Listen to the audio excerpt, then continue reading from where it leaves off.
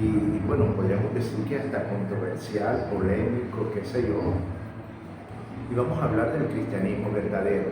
Hay muchas corrientes de cristianismo en este momento, porque de pronto cada persona tiene su propia interpretación bíblica o lo que aprendieron, y eso es lo que es. Así que hay cristianos, hay un cristianismo que se fundamenta en la doctrina del vestir, y hay un cristianismo que se fundamenta en la doctrina de la prosperidad. Hay un cristianismo, hay pseudo cristianismo, hay cristianismo falso, absolutamente, estoy convencido de eso. Hay personas que aparentan ser cristianos y no lo son. Están en la iglesia porque les gusta la música, les gusta las prédicas, les gustan cosas de la iglesia, pero en sí ellos no son cristianos. Así que hay muchos tipos de cristianismo y podemos hablar de todos esos tipos de cristianismo, pero la charla sería larga y solo tenemos 30 a 35 minutos en esta mañana. Así que miren, escúchame bien. En el capítulo 2 del libro de los Hechos, que es la iglesia, que fue donde nació la iglesia, que fue donde nació lo que hoy conocemos como iglesia, nosotros podemos ver de que allí hay unas 12 señales o 12 enseñanzas de lo que era la iglesia y lo que debe ser la iglesia. Por eso me he tomado la libertad de titular el tema de hoy, el cristianismo verdadero, según Hechos capítulo 2. En este capítulo 2 hay una infinidad de cosas que nosotros debemos de saber acerca de lo que es el cristianismo de la iglesia naciente, acerca de lo que es el cristianismo de aquel entonces, de cómo nació el cristianismo.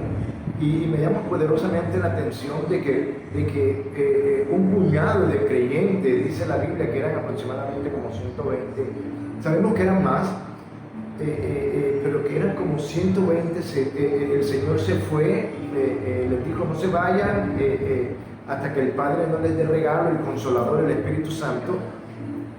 Y ellos estaban allí expectantes, esperando la venida del Espíritu Santo, orando, y de repente dice la palabra que llegó el Espíritu Santo como un viento recio.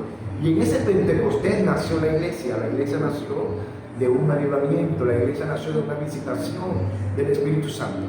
Pero cuando nosotros vemos y comparamos una iglesia, la iglesia neotestamentaria, esa iglesia que nació en el Pentecostés, y vemos la iglesia de hoy, vemos que hay demasiadas carencias entre la iglesia original, por decirlo de esa forma, y la iglesia en la que nos hemos convertido.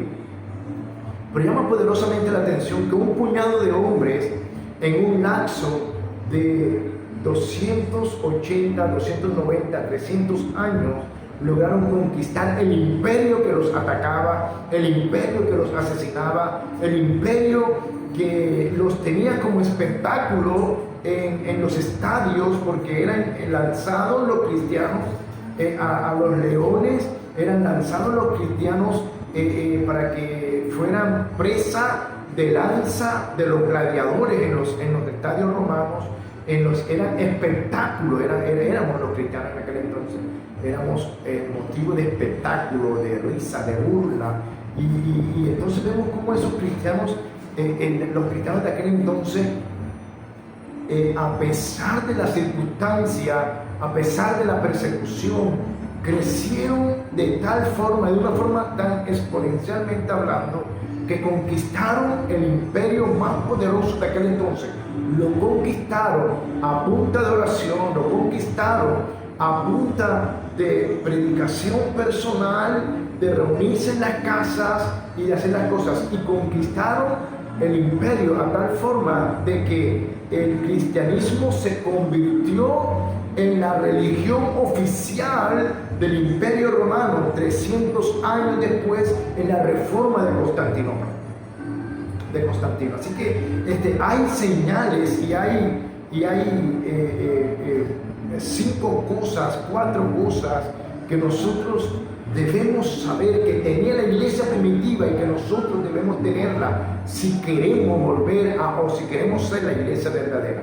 Lo primero, el cristianismo verdadero, escúcheme, el cristianismo verdadero tiene poder.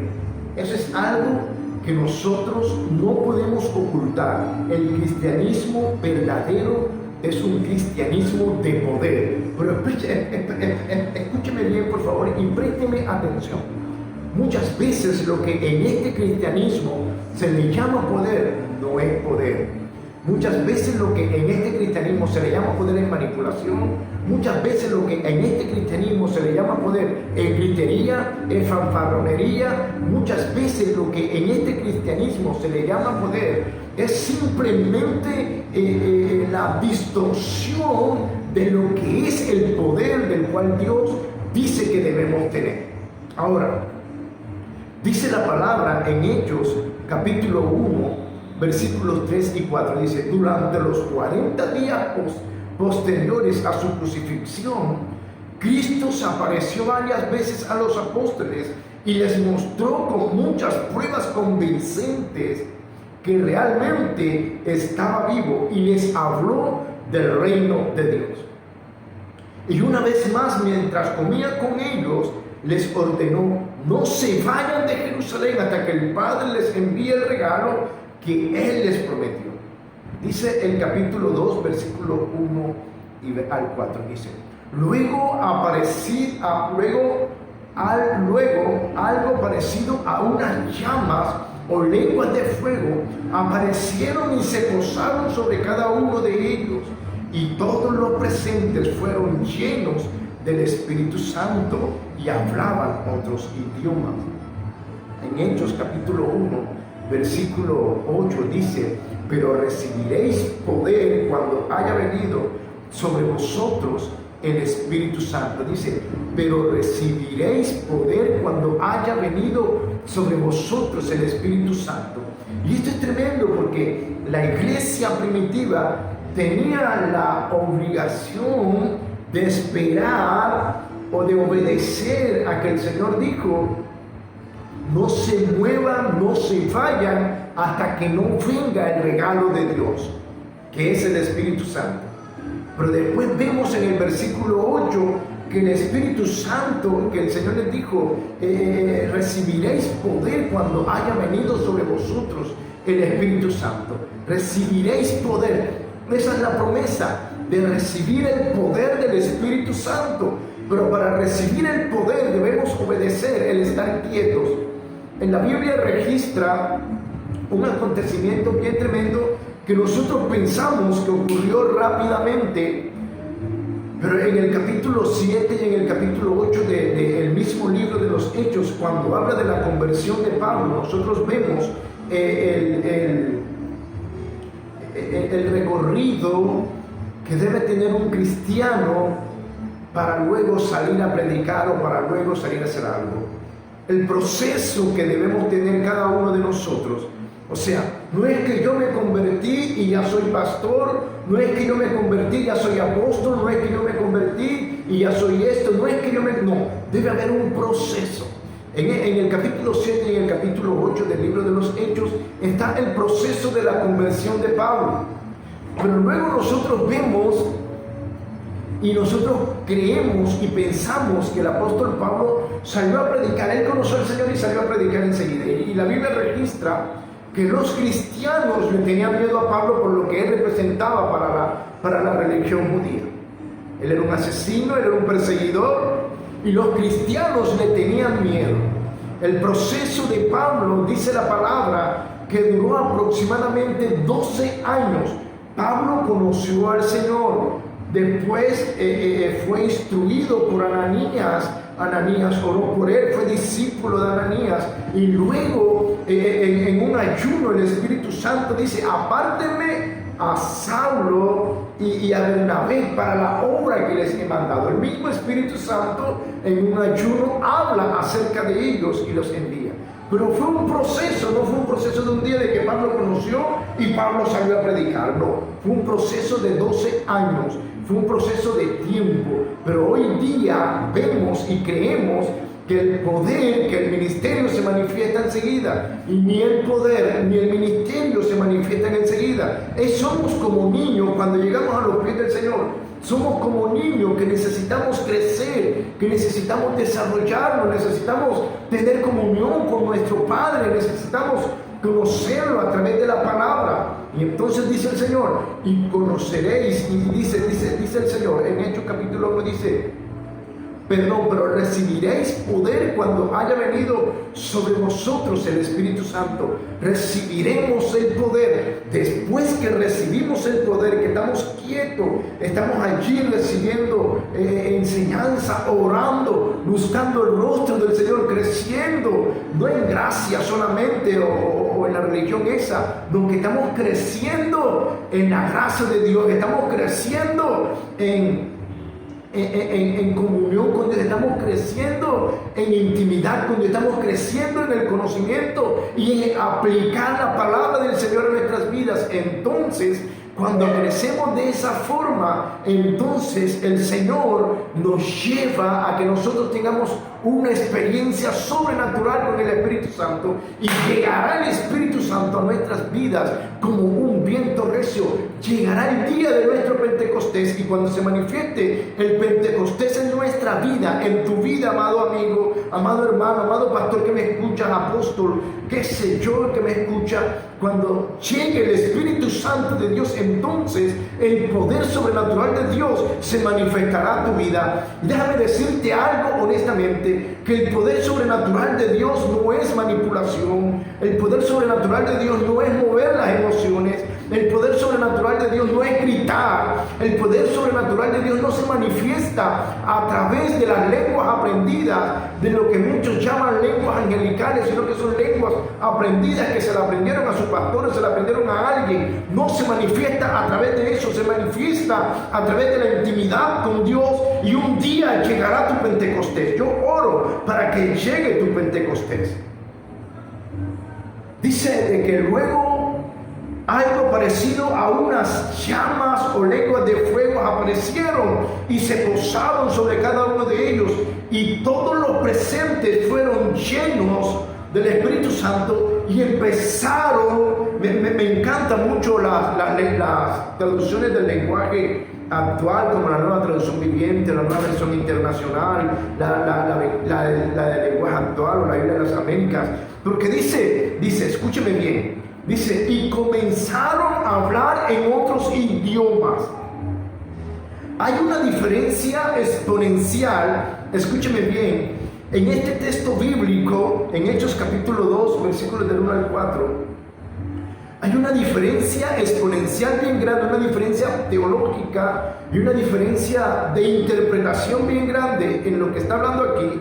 Aquí está hablando de idiomas, a diferente a lo que está hablando en Hechos capítulo 3, que está hablando del don de lenguas que se manifiesta en la vida del creyente para tener intimidad con Dios en el momento en que nos postramos, que nos sentamos, nos acostamos a orar, qué sé yo cómo ora usted, en que se sienta a orar y no tiene palabras para orar. Dice de que el mismo Espíritu Santo intercede a través de nosotros con gemidos indecibles, se manifiestan las lenguas, y esas lenguas nosotros no las podemos entender, pero nos estamos comunicando con Dios a través de esas lenguas que no las entendemos, nos edifican nuestra alma, nuestro espíritu, pero nosotros no lo podemos entender. Y hay una gran diferencia entre lo que está hablando el apóstol Pablo en el capítulo 13, que habla de los dones, y hay una gran diferencia en lo que está hablando el capítulo 2, que habla de idiomas, porque dice la palabra que los que estaban allí les escucharon hablar en sus lenguas. Y una de las manifestaciones de que el poder de Dios reposa sobre tu vida, para aquellos que viajan a los Estados Unidos, a Europa, a Francia, qué sé yo, y dicen que han sido bautizados por el Espíritu Santo, el día que tú vas a cumplir una asignación de parte de Dios a otro país, y tú has sido lleno del poder del Espíritu Santo, y tú pises una nación, o te encuentres con alguien que necesita un mensaje, esas lenguas, escúchame bien, esos idiomas se manifestarán en tu vida por amor a aquella persona que necesita escuchar la buena noticia.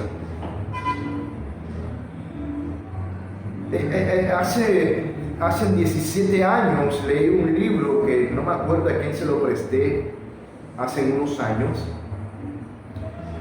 el libro del avivamiento indonesio. No sé si usted puede buscarlo, el libro del avivamiento indonesio.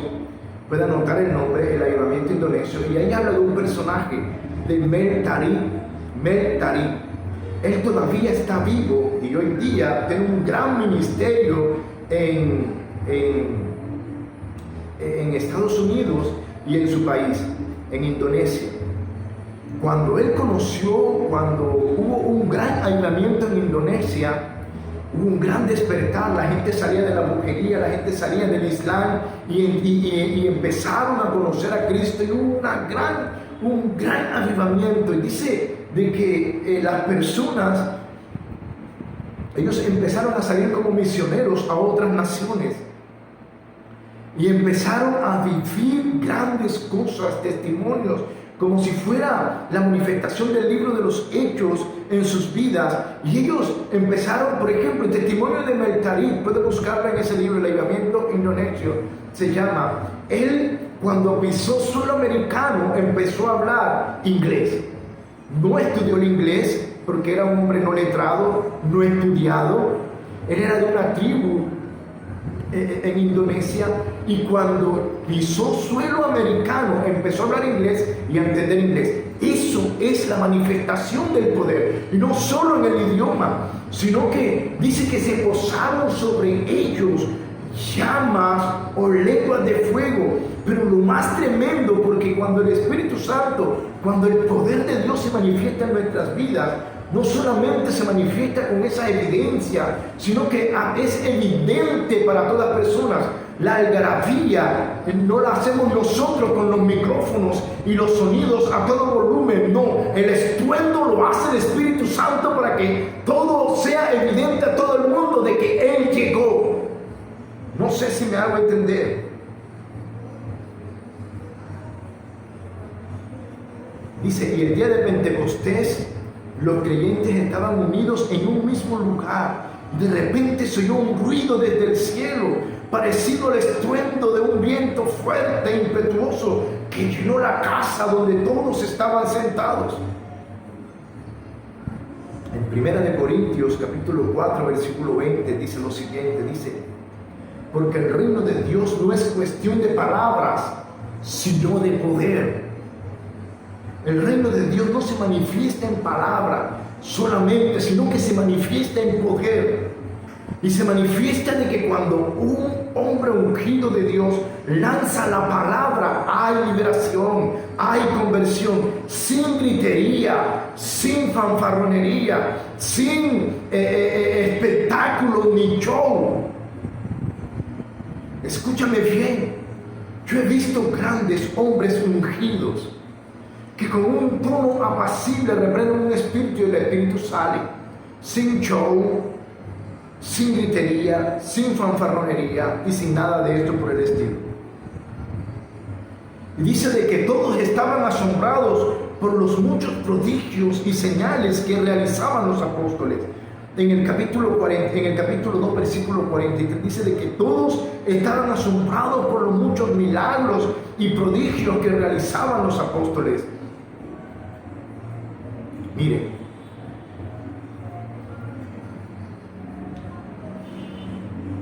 hay algo notorio cuando el Espíritu Santo llega a nuestras vidas. Lo primero que ocurre cuando el poder de Dios se manifiesta en nuestras vidas es que se manifiestan tres cosas en nuestras vidas. Uno, cuando el poder de Dios se manifiesta en nuestras vidas, se manifiestan las lenguas y hay una señal sobre nosotros, así como cuando el Señor fue bautizado, dice que el Espíritu Santo se posó sobre él en forma de paloma. Igualmente en el libro de los Hechos, el Espíritu Santo se posó encima de los discípulos como forma de llama o de lengua de fuego, dice la palabra. Y tercero, se manifiesta en nosotros el amor de Dios. Se manifiesta en nosotros el amor de Dios. Esas tres cosas, porque se necesita poder para manifestar el amor de Dios. Se necesita el poder para amar a los que nos han hecho daño. Se necesita poder para perdonar a los que han hablado mal de nosotros. Se necesita poder, se necesita el poder del Espíritu Santo para que nosotros podamos pasar por alto las ofensas que otros han hecho en contra de nosotros. Se necesita el poder para manifestar el amor de Dios a toda persona y a toda criatura. Lo segundo que usted y yo debemos aprender, que el cristianismo verdadero utiliza un lenguaje sencillo. El cristianismo verdadero utiliza el lenguaje de todos. Dice que habían judíos devotos Hechos capítulo 2, versículos del 5 al 8 dice: había judíos devotos de todas las naciones que vivían en Jerusalén, de todas las naciones, más los que vivían en Jerusalén. Cuando oyeron el fuerte ruido, todos llegaron corriendo y quedaron desconcertados al escuchar sus propios idiomas por los creyentes. Todos se admiraron cuando escucharon hablar. Es más, en la Reina Valera dice que la gente se quedó admirada porque ellos sabían que eran judíos del vulgo, que eran hombres sin letras, que eran hombres que no habían ido a un colegio, que no habían ido a una universidad, que no habían sido instruidos, mas sin embargo ellos estaban admirados porque les escuchaban hablar en sus propias lenguas. No solamente se manifestó el poder, y una de las cosas en las cuales se manifiesta el poder es para que podamos llegar con amor a las demás personas. Fíjense lo que le estaban diciendo hace un momento, que cuando se manifestó el poder, que ellos hablaban en otros lenguajes.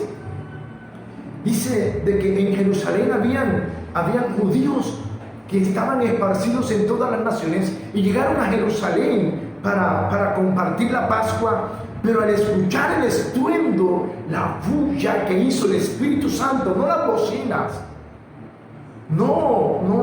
las bocinas no producen milagro. El milagro lo produce el Espíritu Santo. Y esto me llama poderosamente la atención porque de pronto muchos de los que nos están escuchando dirán: pero yo hago milagros, yo pongo las manos sobre los enfermos y los enfermos sanan. Pero también hay algo en la Biblia que dice de que nosotros seremos conocidos por sus frutos, que un día nosotros nos presentaremos delante del Señor y le diremos: Señor, pero mira que en tu nombre yo eché fuera demonio, pero mira que en tu nombre yo hice esto, pero mira que en tu nombre yo gané naciones, yo fui aquí, yo fui allá, yo viajaba, yo predicaba, yo enseñaba, yo hablaba en lengua, yo hacía esto, yo hacía aquello. Y el Señor dice: sí, pero yo no te conozco. Porque debe haber en nosotros el fruto del Espíritu, que es el poder manifiesto de Dios. Entonces ellos empezaron a hablar en otras lenguas. Y la gente, los que estaban allí en otras naciones, les entendía. De esa manera se manifiesta el poder de Dios, en que el lenguaje que nosotros hablamos es entendido por otros, no por mí, sino por la gracia de Dios. Dice de que todos en el versículo 4, en la parte B, dice: todos empezaron a hablar en diferentes idiomas por el poder que les daba el Espíritu Santo. En el versículo 11 del capítulo 2 dice: y todos oímos a esta gente hablar en nuestro propio idioma acerca de las cosas maravillosas que Dios ha hecho. Mire cómo se recoge el testimonio tan tremendo. Capítulo 2, versículo 5. Dice: estaban totalmente asombrados y decían: ¿cómo puede ser?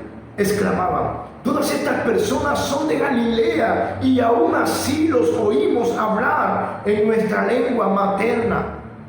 Oye, estaban admirados.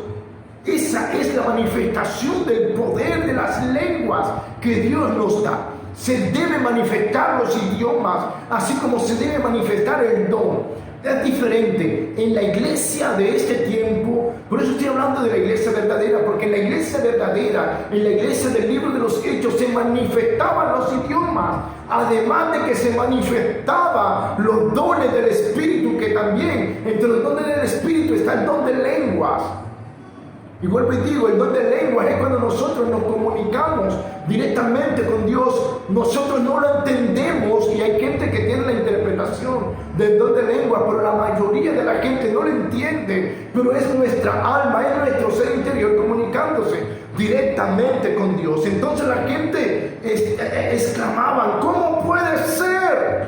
Estaban asombrados, dice la Nueva Traducción Viviente. Me encanta este texto en la Traducción Viviente. Dice, estaban totalmente asombrados y decían, ¿cómo puede ser? Exclamaban, todas estas personas son de Galilea y aún así nosotros les oímos hablar en nuestra lengua materna.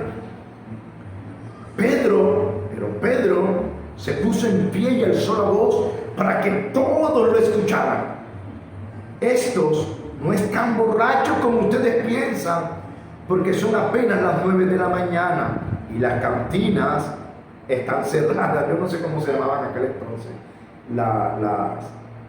Los estancos, donde venden el alcohol, el licor, las discotecas, están cerradas. Son las 9 de la mañana. No puede ser de que ellos estén borrachos. Estos no están borrachos como ustedes piensan, porque son apenas las 9 de la mañana. Dios dice, aquí está declarando el cumplimiento en el Pentecostés de la profecía que cientos de años antes había dado el profeta Joel, cuando dice, Dios, derramaré de mi espíritu sobre toda la humanidad. Derramaré de mi espíritu sobre toda la humanidad.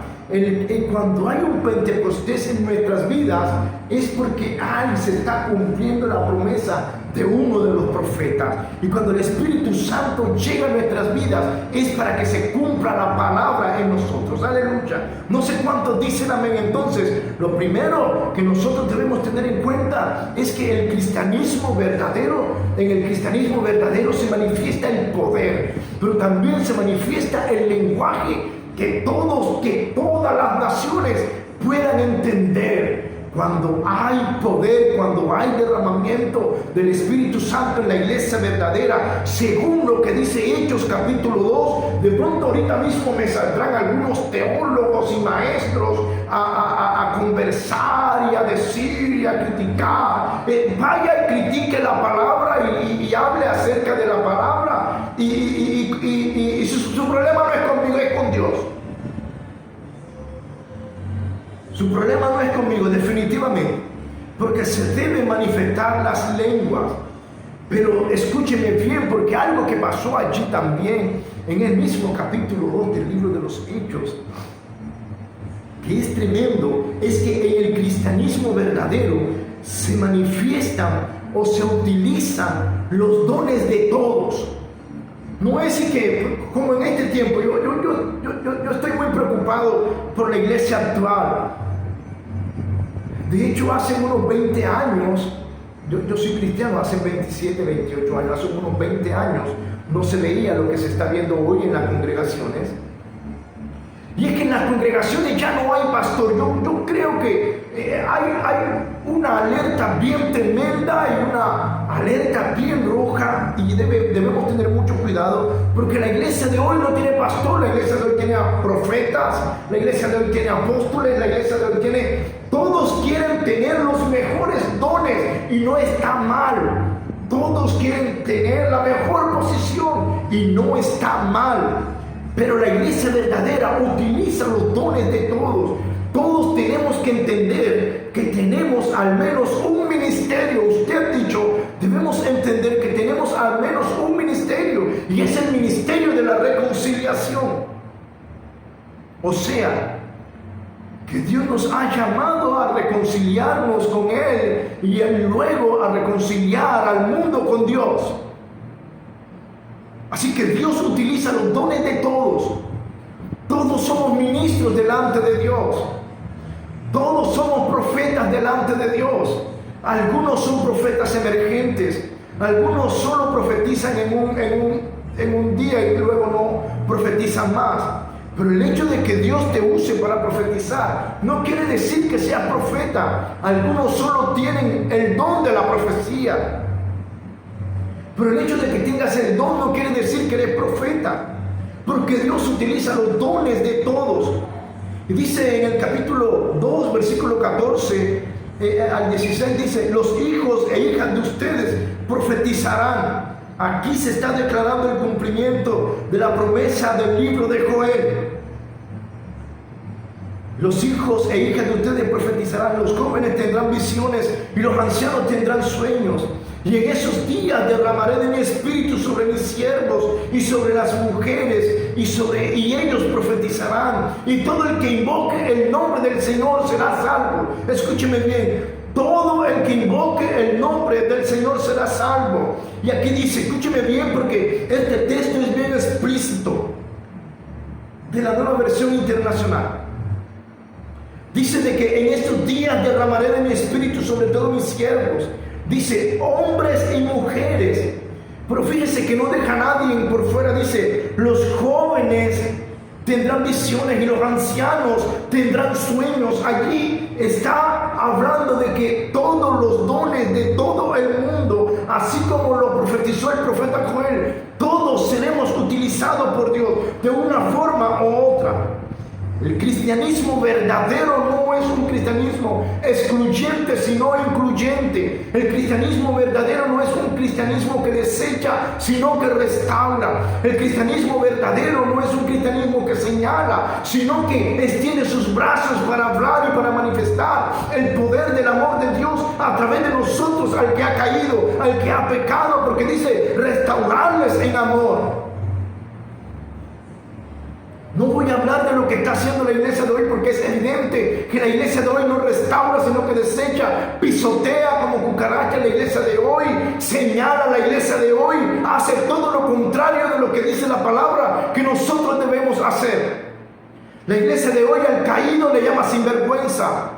Y no entendemos de que hoy aquella persona cayó en pecado, cayó en desgracia, hizo, pero que mañana tal vez podríamos ser nosotros los que estaríamos allí. El cristianismo verdadero utiliza los dones de todos para la restauración, para la reconciliación.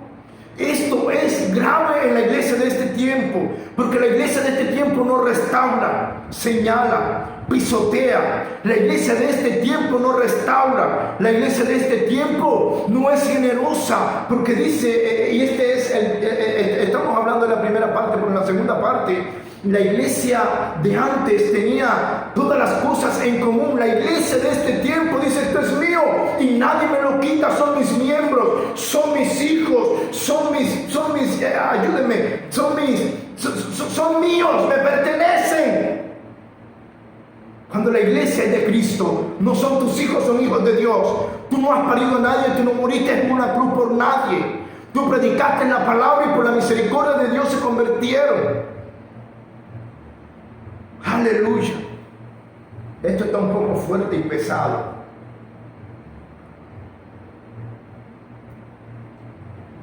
Pero alguien tiene que decirlo. Y quedan las redes sociales para testimonio de que alguien lo dijo. De que alguien lo dijo con la motivación correcta, sin el deseo de dañar, solo con el deseo de que volvamos a los caminos del Señor, de que volvamos al cristianismo verdadero, porque debemos volver al cristianismo verdadero. Entonces, en la iglesia verdadera se manifiesta el poder. En la iglesia verdadera se manifiesta el lenguaje de todos, el lenguaje que todos hablamos. En la iglesia verdadera se utilizan los dones de todo el mundo, porque la iglesia verdadera restaura, no pisotea, no señala, no desecha. Y por último, en esta mañana, en la iglesia verdadera, el cristianismo verdadero ofrece una verdad que cambia vidas. Aleluya, me gozo en este tema. El cristianismo verdadero ofrece una verdad que cambia vidas. La palabra del Señor dice, conoceréis la verdad y la verdad nos hará libres. El Señor dice, vengan a mí todos los que están trabajados y cargados, que yo los haré descansar.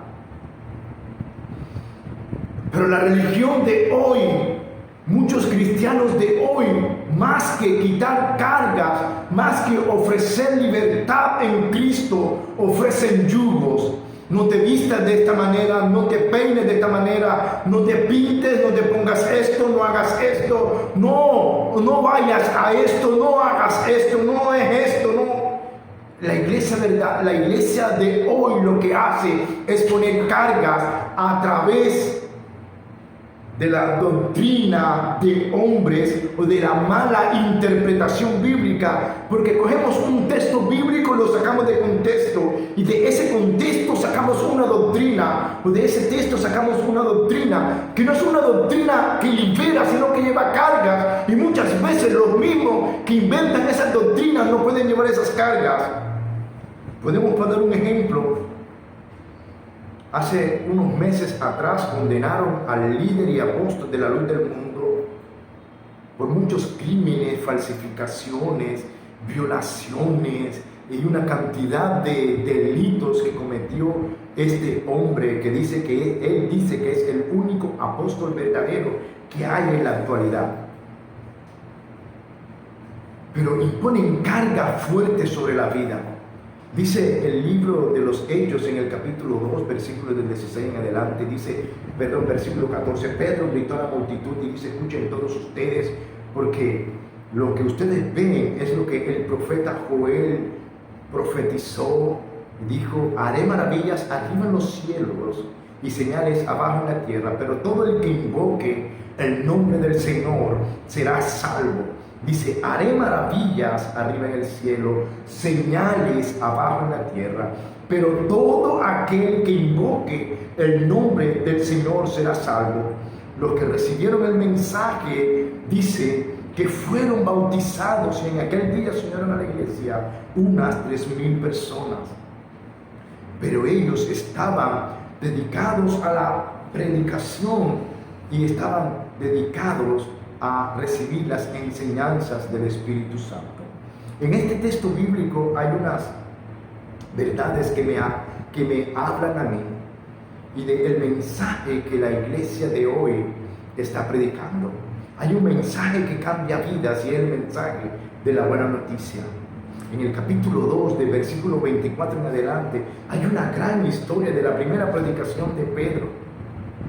Y en esta primera predicación nosotros vimos algunas cosas que los discípulos de la iglesia primitiva, de la iglesia verdadera, de la primera iglesia, de la iglesia que a pesar de la persecución, que le quitaban la cabeza, que los crucificaban, que los maltrataban, que los quemaban vivos, a pesar de todas esas cosas, una iglesia que se ganó a todo el mundo conocido en aquel entonces, dominó al imperio romano en solo 300 años.